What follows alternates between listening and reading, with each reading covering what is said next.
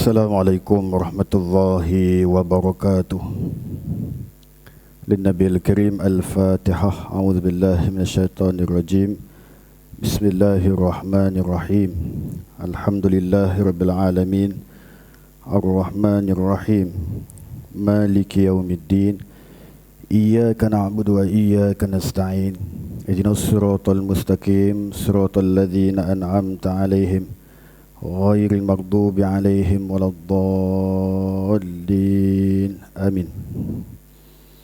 Innal hamdalillah nahmaduhu wa nasta'inuhu wa nastaghfiruh wa na'udzu billahi min shururi anfusina wa min sayyiati a'malina. May yahdihillahu fahuwal muhtadi wa may yudlil falan tajida lahu waliyyan mursyida. Asyhadu an la ilaha illallah wahdahu la syarikalah wa asyhadu anna Muhammadan abduhu wa rasuluh. Allahumma salli wa sallim ala sayyidina habibina al-Mustafa Muhammad sallallahu alaihi wasallam.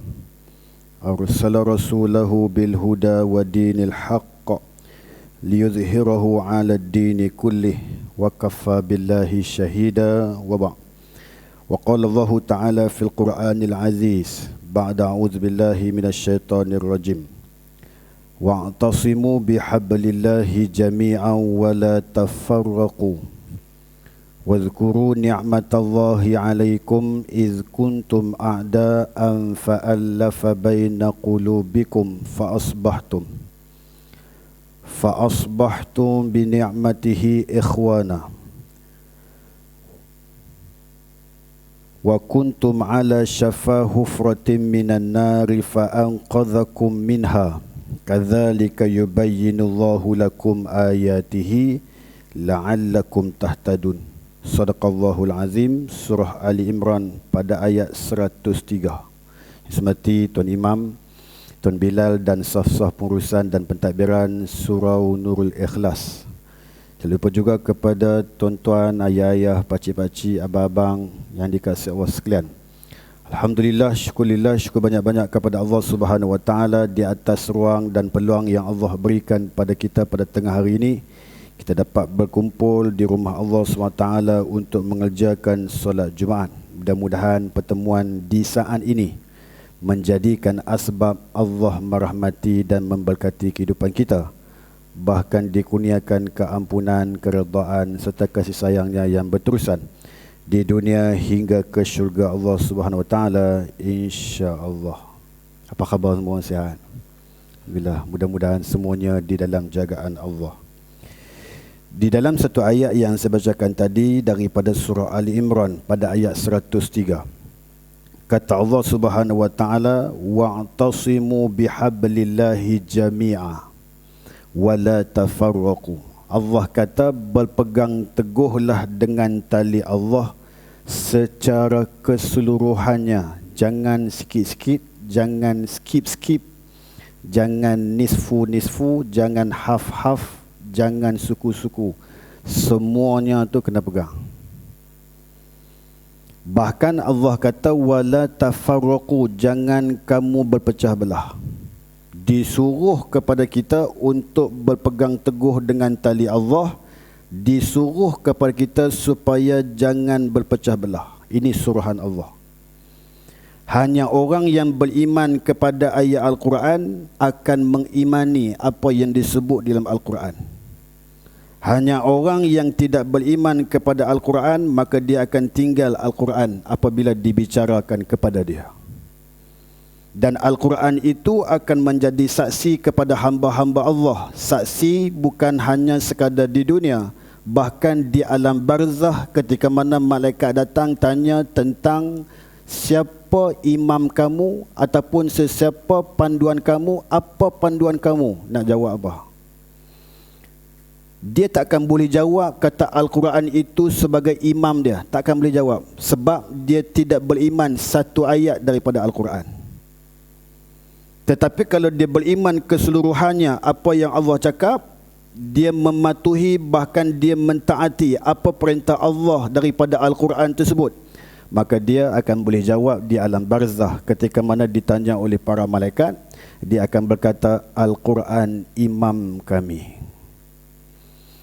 Bahkan kata Allah Subhanahu wa taala, "Wadhkuru ni'matallahi 'alaikum." Ingatlah nikmat aku yang aku berikan kepada kamu. Ni tuan-tuan. Baru nak masuk tajuk. Ingatlah kamu akan nikmat-nikmat yang aku kurniakan kepada kamu. Banyak nikmat.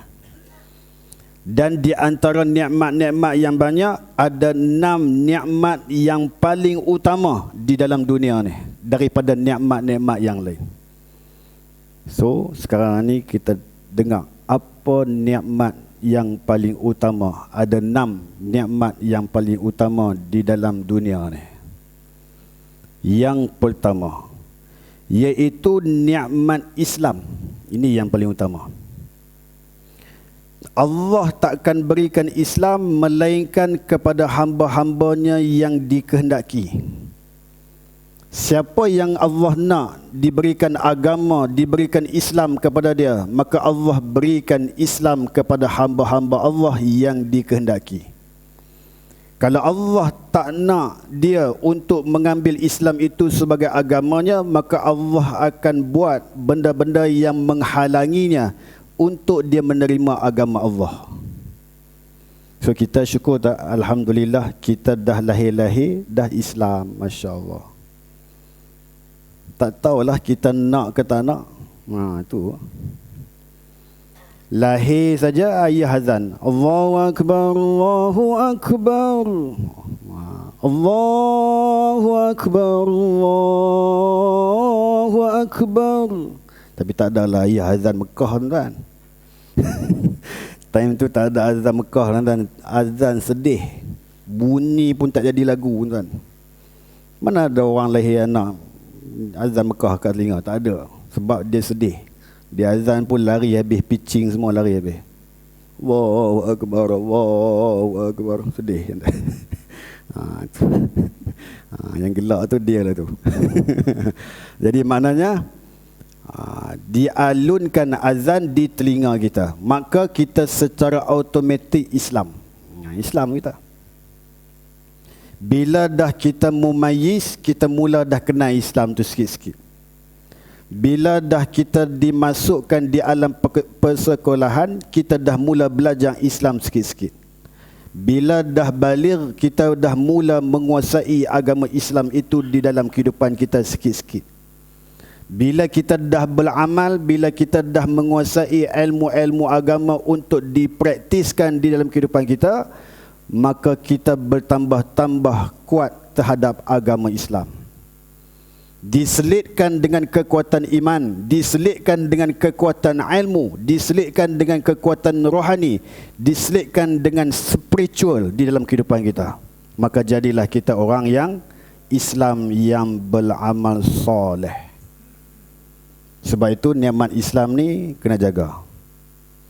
Islam itu mahal sebab dia datang kepada kita dengan tumpah darah dan keringat dan pengorbanan di kalangan Rasulullah dan sahabat-sahabatnya. Dia bukan datang dengan sewenang-wenangnya. Dia bukan datang dengan senang lenang, tak. Dia tak datang dalam keadaan santai-santai, tak. Dia datang dalam keadaan berperang. Dia datang dalam keadaan direjam batu dan tombak kepada Nabi SAW. Maka sesiapa yang diberi Islam, maka hargailah Islam itu kepada kita sekalian. Sebab tak boleh kita Islam sewaktu hidup, bahkan Islam sampai ke mati kita. Baca ayat Quran. Ya ayyuhalladzina amanu taqullaha haqqa tuqatih wa la tamutunna illa wa antum muslimun. Allah kata, wahai orang-orang yang beriman, bertakwalah kamu kepada Allah dan jangan kamu mati melainkan kamu mati dalam keadaan Islamnya kamu. Disuruh kita tu. Macam mana nak mati dalam Islam? Mesti dipraktiskan Islam itu di dalam kehidupan kita. Mesti diamalkan Islam itu dalam kehidupan kita. barulah di akhir hayat kita, kita jadi orang yang beragama Islam. Ada manusia yang hidupnya Islam, matinya kafir. Ada yang orang hidup dalam keadaan kafir, matinya Islam. Itu bagus. Ada yang hidupnya Islam, mati pun Islam. Lagi bagus. Macam itu. Jadi, hargailah Islam yang Allah kurniakan kepada kita. Sebab apa? Allah sebut, Al-yawma akmaltu lakum dinakum wa atmamtu alaikum ni'mati wa raditu lakumul Islam madinah. Allah kata, hari ini, now, aku sudah sempurnakan nikmat-nikmat aku kepada kamu, dan aku sudah meredai Islam itu sahajalah agama yang aku redai. Agama lain aku tak redha. Jadi maknanya syukurlah kita Islam. Jangan koyak, jangan rabak, jangan khianat kepada agama kita. Macam tu. Boleh semua insya-Allah. Di dalam Islam dia ada rukun dia. Rukun Islam ada berapa? 5. Mai kita tengok. Kita buat kajian sikit. Ni 5, ni 5. Rukun Islam 5. Ini Islam. Bila kita jadi Islam, antara di dalam Islam, dalam rukun Islam tersebut, ada beberapa rukun yang diharuskan kepada kita untuk kita tak buat, mengikut keupayaan kita. Contohnya apa? Contohnya pergi haji, bagi yang mampu saja. Ustaz, kita orang tak mampu haji. Okey, fine, tak mampu haji, tinggal 4. Tinggal 4. Lagi apa lagi tak mampu? Puasa ustaz, tak mampu. Oh, dah uzur dah. Dah uzur dah. Okey, fine. Lagi apa? Zakat pun tak mampu ustaz, sebab kami ni bawah pada B40 lagi. Oh, teruk lah. Miskin sungguh lah. Miskin sungguh. Jadi tinggal apa? 2. Mengucap tu wajib atas lesen sebagai seorang yang beragama Islam. Satu lagi apa wajib? Disuruh kepada kita susah, senang, sakit, apapun mesti semayang. Tiba-tiba tak semayang. Macam bila tak semayang, maka jatuhlah Islam tu, runtuhlah Islam. Benar kata Nabi SAW, as-salatu imaduddin wa man aqamaha faqad aqamaddin wa man tarakaha faqad hadamaddin. Sesiapa yang mendirikan semayang, maka dia sudah mendirikan agama pada dirinya. Sesiapa yang tinggal semayang, maka dia meruntuhkan agama. Jadi jaga Islam tu melalui ibadah solat. Boleh, insya-Allah. Semayang rajin-rajin. Semayang kan. Semayang rajin-rajin. Jangan tak semayang, rugi kita. Jadi orang Islam tak semayang. Beza orang Islam dengan orang kafir pada solatnya. Sehingga Nabi SAW kata, man taraka solah muta'ammidan faqad kafara jiharan. Nabi kata, hadis sahih.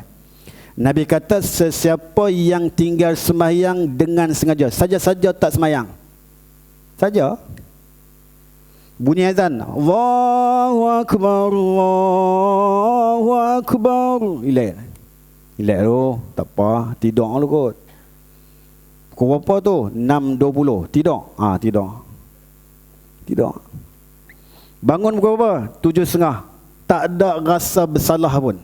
Kata Nabi, sesiapa yang tinggal semayang dengan sengaja, maka dia telah kafir yang nyata.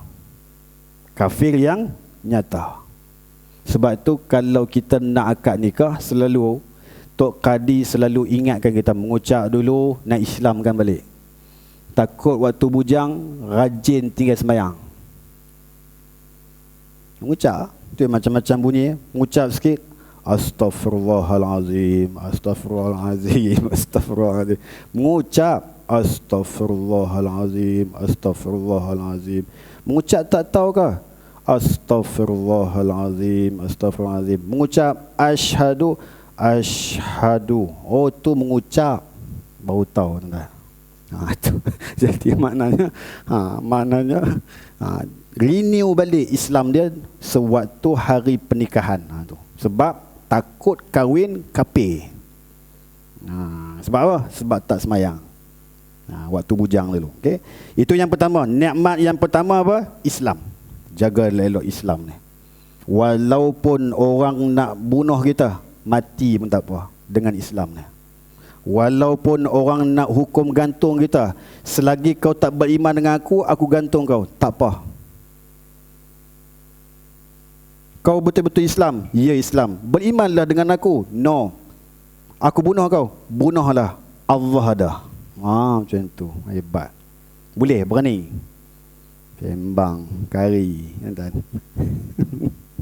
Orang cekik sikit, tak apa, aku tukar agama. Boleh. Tak nak mati tu. Jadi disuruh kita mati dalam Islam. Yang kedua, kata Sayyidina Ali bin Abi Talib karamallahu wajhah. Yang kedua iaitu nikmat yang paling utama, iaitu Al-Quran. Quran, nikmat utama. Quran ni satu sumber pahala yang paling mudah untuk kita nak kecapi dan untuk kita nak dapati daripadanya. Orang yang tengok Al-Quran dapat pahala. Orang yang dengar saja Al-Quran tak baca dapat pahala. Orang yang baca Al-Quran dapat pahala. Orang yang mengajar Al-Quran dapat pahala banyak. Orang yang hafal Quran lebih-lebih lagi kemuliaan pahala kepada dia. Orang yang duduk dalam majlis ilmu yang ada dibacakan Al-Quran, Allah jaga. Maknanya Quran ni sumber nikmat utama yang Allah anugerahkan kepada umat Nabi Muhammad sallallahu alaihi wasallam untuk mendapati daripadanya. Cuba baca. Lau anzalna hadzal Qur'ana 'ala jabalin la ra'aitahu khashi'an mutasaddian min khasyatillah. Gunung kata apa? Kalaulah Allah turunkan kepada kami bukit-bukit bukau ni Al-Quran, nescaya pecah habis kami ni dengan sebab takutnya kepada Allah dengan Al-Quran tersebut. Tetapi tak diturunkan kepada bukit bukau, tetapi diturunkan kepada siapa? Wa hammalahal insan, diturunkan kepada manusia. Manusia mau tanggung Al-Quran tu. Bila manusia mau tanggung Al-Quran tu, apa jadi? Allah kata wa kanal insanu zaluma, ramai manusia yang suka tinggal Al-Quran. Allahu akbar. Ramai manusia yang menzalimi dirinya daripada membaca Al-Quran. Dia lebih suka tak nak baca Al-Quran. Cuba tuan-tuan pergi ke Gua Hira, tengok macam mana Nabi nak dapat Quran. Saya baru ni saya pergi umrah dah. Saya masuk Gua Hira. Sebelum ni pergi umrah dah. Banyak-banyak kali dah. Tak pernah masuk dalam Gua Hira. Kali ni bertekad, apa nak jadi aku masuk juga. Masuk. Pakai jubah ni ya, jubah biru ni. Jubah biru ni. Kemudian pakai tracksuit dalam ni.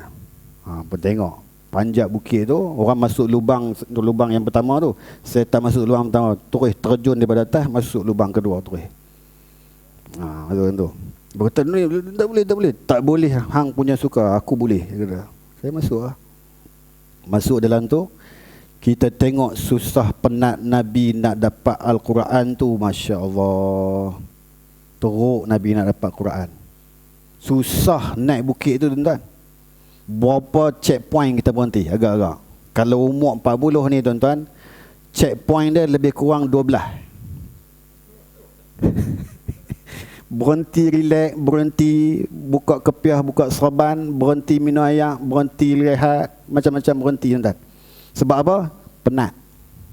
Pancit tuan-tuan, duduk atas tu. Naik pukul 5 petang sampai pukul 7.30.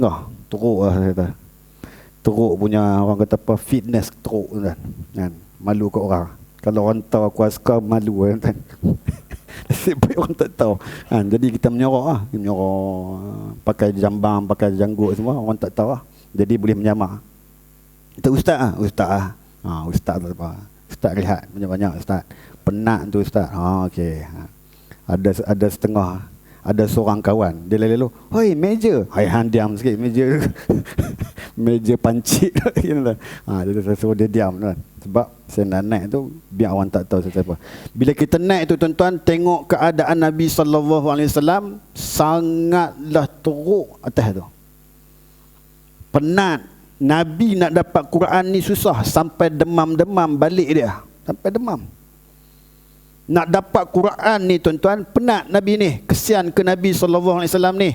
Dia nak dapat Quran ni untuk apa? Nak memuliakan umat Nabi Muhammad SAW. Tiba-tiba mai kepada umat Nabi Muhammad ni, no reading. Tak mau baca. Tak mau baca. Tak mau baca, habis cerita. Sebab tu ramai kita duduk tengok Al-Quran, ada yang letak atas dashboard kereta. Oh, pandai, bagus. Saya kata, "Ji, baca ke?" Tak baca. Bila baca? Kod waktu jam kau baca? Tak baca. Habis buat apa? Saja tengok. Sebab apa tengok? Ada ustaz tu kata, tengok pun dapat pahala. Okey lah. Okey eh? Dia jadi terbalik kuang lah. Jadi apa? Terbalik kuang. Dia duduk tengok tak habis-habis. Okey. Jadi maknanya Quran tu perlu dibaca dan perlu ditadabbur. Tadabbur pun penting juga. Tadabbur tu apa? Faham makna. Bila faham makna, seronok lah. Bila imam baca, "Ya ayyuhalladzina amanu taqullaha haqqa tuqatih wa la tamutunna illa wa antum muslimun." Kita pun faham makna. Allahu Akbar. Seronok. Dia punya feel lebih sikit lah. Begitu. Yang ketiga, nikmat yang paling utama daripada keutamaan yang lain, kata Sayyidina Ali bin Abi Talib karamallahu wajhah, "Wa Muhammadur Rasulullah." Nikmat yang ketiga daripada 6 nikmat yang paling utama, iaitu nikmat kewujudan Nabi sallallahu alaihi wasallam. Rasulullah ni tuan-tuan, kalau kita amati, kalau kita faham selawat yang kita ukilkan, cuba tengok. Allah Subhanahu Wa Taala bila dia suruh, dia perintahkan hamba-hambanya, apa perintah yang Allah buat? Dan apa perintah yang Allah tak buat? Allah kata apa? Sembahyanglah kamu. Allah tak sembahyang. Allah kata zakatlah kamu. Allah tak zakat. Allah kata puasalah kamu. Allah tak puasa. Tetapi bila Allah kata, "Innallaha wa malaikatahu yusalluna 'alan nabi ya ayyuhalladzina amanu sallu 'alaihi wa sallimu taslima." Allah pun turut selawat kepada baginda Nabi sallallahu alaihi wasallam. Dia suruh, dia pun buat sekali. Maknanya keutamaan. Kalau kita semayang, boleh jadi Allah tolak solat kita. Boleh jadi Allah tak terima sebab cacat di dalam perbuatan dan bacaan di dalam solat kita. Mungkin Allah tolak solat kita. Kalau kita berzakat, tidak ikhlas kepada Allah, semata-mata nak menunjuk-nunjuk, batal pahala kita dalam berzakat. Kalau kita bersedekah nak tunjuk kepada manusia, batal pahala sedekah kita. Kalau kita puasa niat kerana makhluk, batal puasa kita tersebut dalam keadaan dari sudut pahala yang nak diberikan kepada Allah. Tetapi bila kita selawat, walaupun apa niat, Allah terima dan Allah tidak akan tolak. Boleh. Jadi perbanyakkan selawat kepada baginda Nabi sallallahu alaihi wasallam. Maka manusia akan bahagia bila dia selalu berselawat kepada Nabi sallallahu alaihi wasallam. Bahagia tuan-tuan kalau tuan-tuan selawat. Ada orang dia jumpa saya baru ni. Saya balik-balik daripada umrah, ada orang jumpa saya, "Ustaz, nak tanya Ustaz private sikit, privacy sikit benda ni." Apa dia? "Saya ni rajin selawat." Okey.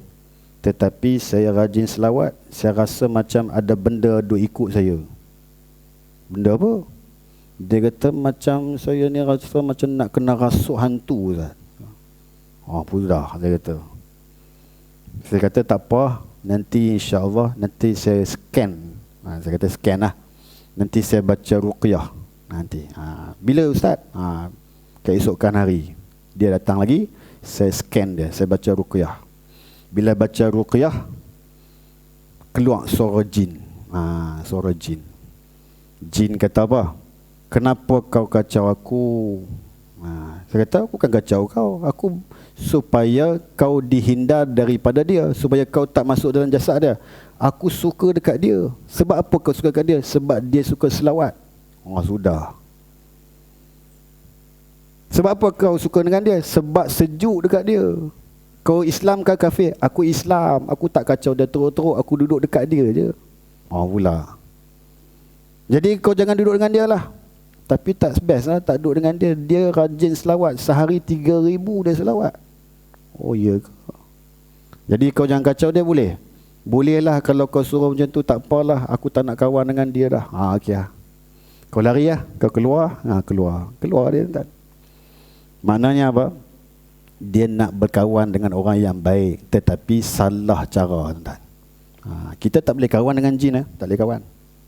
Tak boleh kawan. Jin ni, tuan-tuan, dia banyak kelebihan dia. Saya cerita sikit. Tapi saya dah cerita ni.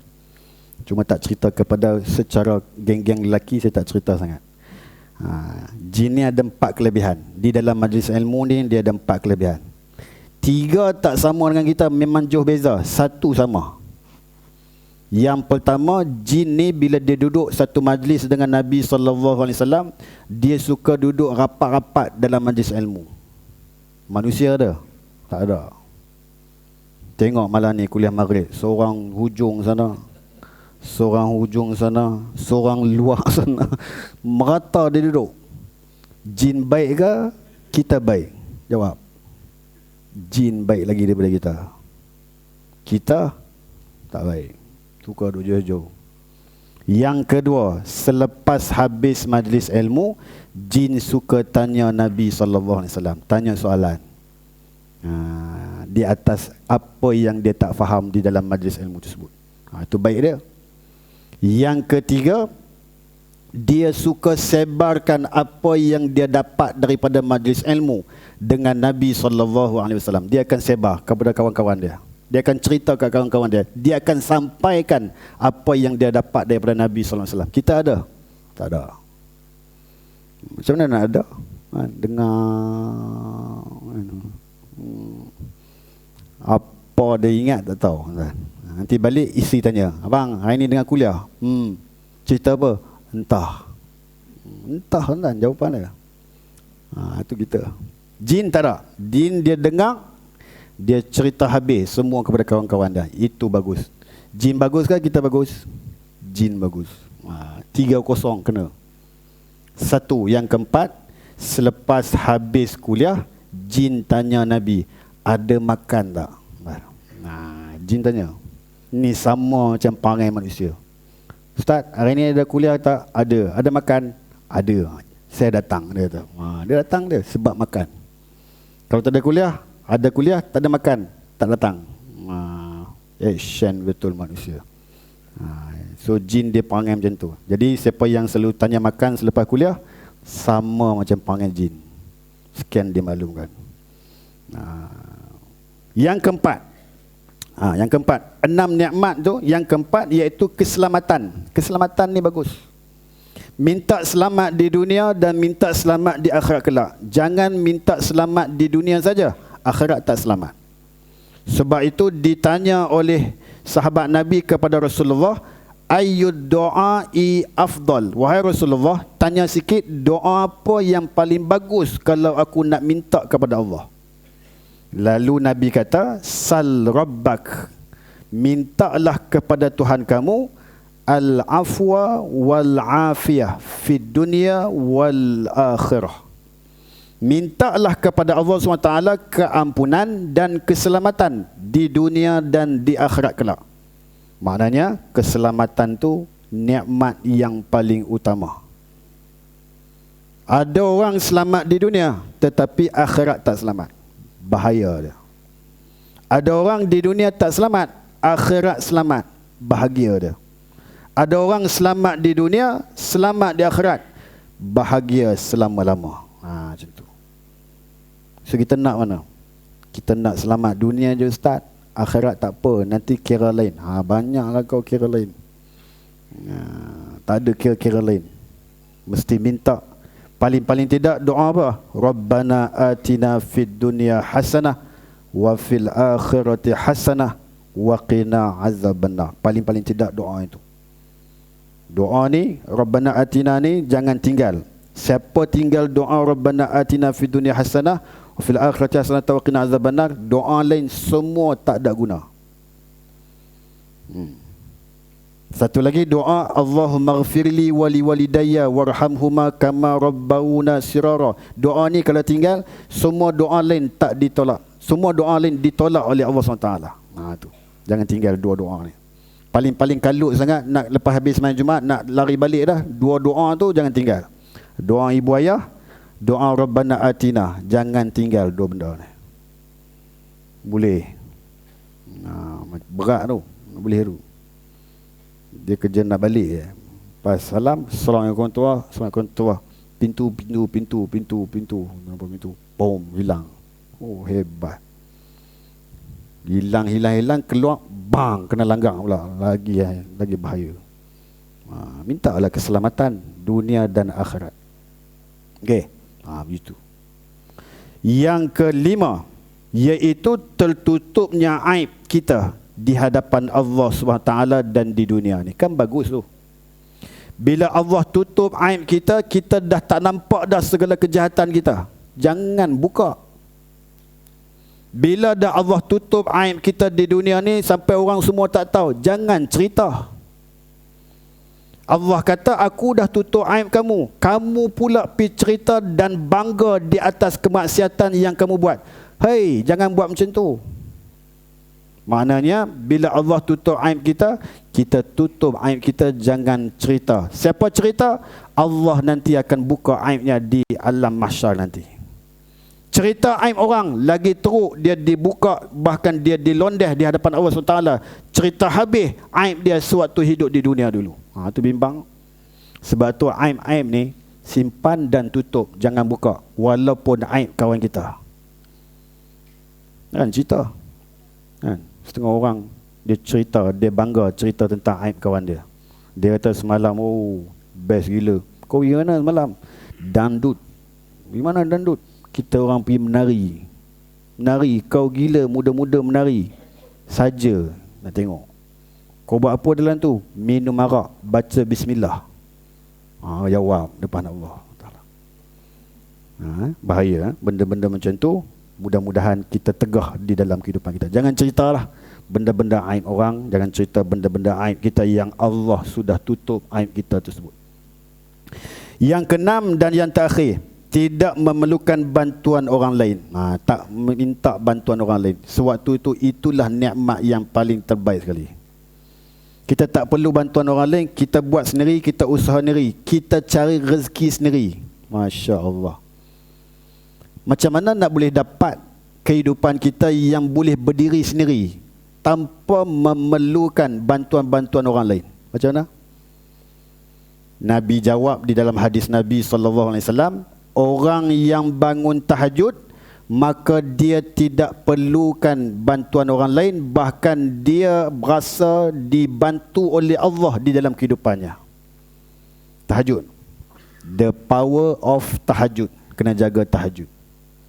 Orang yang bangun tahajud, Allah jadikan kehidupannya dia boleh berdiri di khalayak ramai tanpa memerlukan apa-apa bantuan orang lain, dan dia boleh bercakap atas ilham yang didatangkan Allah kepada dia. Syarat tahajud. Kualiti orang yang bertahajud dengan orang yang tak bertahajud, kualiti kerja dia bagus, kualiti percakapan dia bagus, confident level dia pun bagus. Boleh buat test tengok. Betul tak betul Ustaz cakap? Betul kan? Siapa kata tak betul? Baca ayat Quran. Allah kata apa? Wa minal laili fatahajjad bihi nafilatan laka asa an yab'athaka rabbuka maqaman mahmuda. Dan di antara malam itu, maka bertahajudlah kamu kepada Allah, Nescaya kamu akan dibangkitkan di maqam yang terpuji. Allahu Akbar. Maqam terpuji itu tempat siapa? Tempat baginda Nabi sallallahu alaihi wasallam. Mana tahu tempat Nabi? Tu duk baca doa selepas azan dan iqamah tu. Allahumma rabbaha zihid da'wati tammah wassalatil qa'imah ati Muhammadanil wasilata wal fadilah wa ba'athu. Masya Allah.